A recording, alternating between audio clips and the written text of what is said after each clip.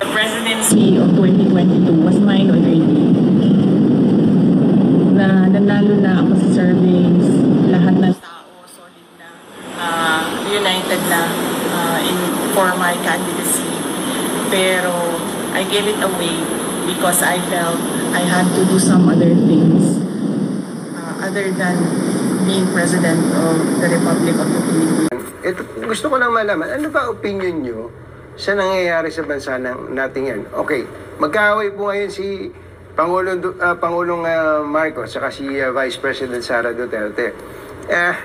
Talo bansa natin doon.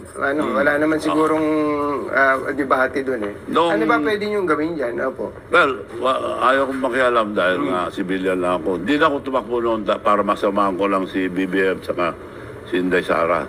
Pero unang-unang usapan namin, gusto niyang for re-election lang ng Vice Presidency si BBM. Opo. Kaya nung tinawag ako ni Senator Amy, tawagin muna ang mga leaders natin para may idea ako dyan.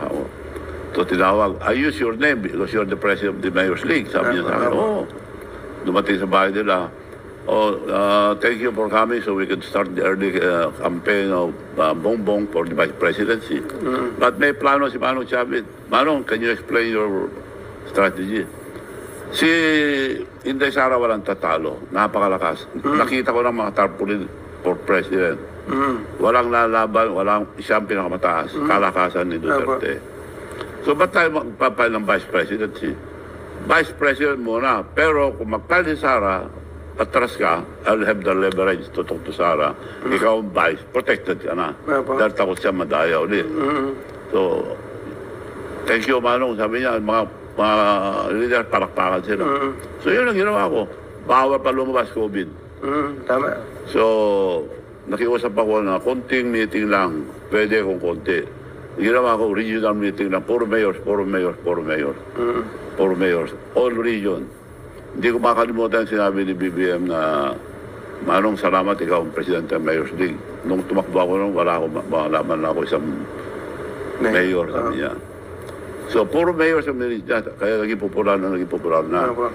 Nung nakarata na si President Digong, pinagpan niya sa Sara, nag-away na sila. So, the rest is history. Hindi ko na kwento rin yun. Pero sayang, ang pagsama ko sa kanilang dalawa, ako nagpamit sa kanila, sama sila, pagsasama, pagkakaisa, babangon tayong magsasama tayo, nagsiwala yun eh. So, yun malungkot. Pero ulitin ko lang yung pagkaintindi ko. Sa tingin nyo, kung tumakbong presidente si Sara, kanya yan? Oo, nung araw, walang tatalo. Walang tatalo. Dahil committed kami lahat eh. Opo. So tama ba yung sinabi niya na the president was mine already? Yes. Sinabi niya yun. Opo. Tama po yan. Tama yun. Opo. So yung pong nangyari, tumakbo nga si BBM na presidente. Tinuloy-tuloy na lang. Tinuloy-tuloy na lang po.